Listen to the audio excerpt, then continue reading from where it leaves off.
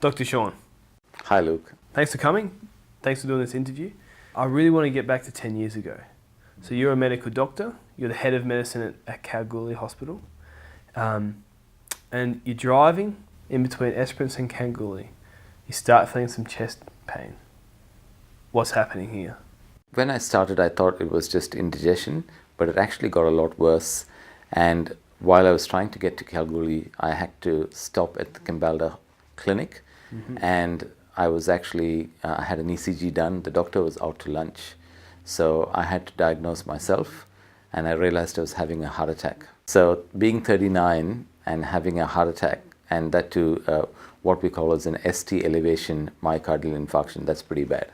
The doctor's out, so what's happening here? You're the only one that's really able to help yourself in this situation, I believe. Yeah. So it's a small clinic, and there's not very many medications that they could give me.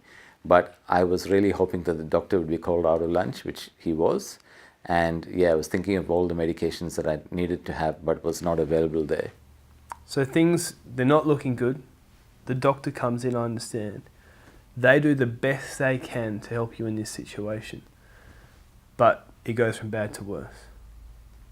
Yeah, so what happened was the doctor came and he wanted to repeat the ECG. He got me to lie down in the resuscitation room. And before he could actually do the next ECG, my heartbeat completely stopped. So not only was I having a heart attack, but I actually went into cardiac arrest. So there was no pulse and no breathing. And no oxygen getting to your brain, no oxygen getting to any other organs? No, so once the heartbeat stops, there's no blood flow going to any of those organs. So there's no blood going to the brain or the other organs. And what were the nurses and doctors doing then? So they immediately started to compress my chest in the hope of trying to get some circulation into the other parts of the body. And they hooked me on to a defibrillator. And the defibrillator actually is an automatic machine. And so it actually advised that I should receive shocks in the hope of actually stopping the heart and hoping that the heart will actually restart properly. Did it? Well, they tried for over 48 minutes and I had 13 electrical shocks. But sadly, none of that actually worked. And then I actually flatlined. And so this is where in the movies, the machines, no beeping, nothing, you're just lying there. I was clinically dead when I was in ventricular fibrillation. And then I went into this flatline we call asystole. And there's actually no point in giving electrical shocks then. All you can do is to try CPR if it works. And it doesn't work from what I understand. Yeah, so they did CPR for well over an hour, probably more than 6,000 compressions, and it didn't work. And finally, they had to actually call it off.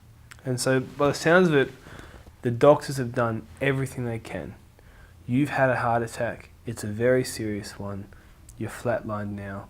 They've given up. You know, the brain begins to die usually in 3 minutes. And usually by 20 to 30 minutes, it's completely dead. So that's why we normally resuscitate for only about 30 minutes if there's nothing reversible. So they tried everything that they could, and unfortunately it didn't work. So they had to make a decision that they need to stop. But you're here with us now. So something's happened. Tell me this story.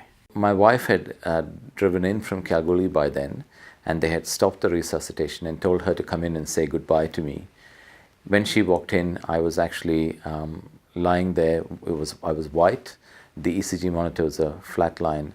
She held my hand, which was cold, and she said a simple prayer. She said, "Lord, Sean's only 39. I'm 38.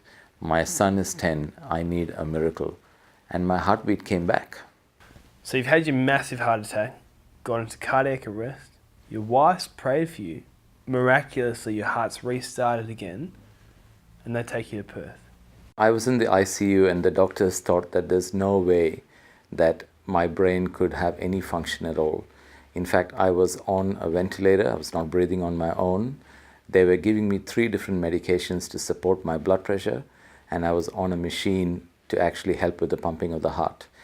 But I actually opened my eyes on the 2nd day, and by the 5th day, they were able to remove the tube from my throat. I was breathing on my own. I woke up and I looked around and said, "Oh, what am I doing here?" My brain was 100% normal. And how long was your brain without oxygen? It was a total period of 1 hour and 25 minutes that I was in cardiac arrest. That's fascinating though, because shouldn't your brain start to lose function after only minutes without oxygen?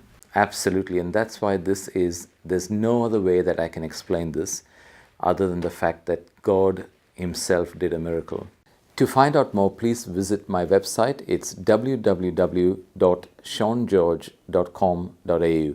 All of the evidence can be found on that website.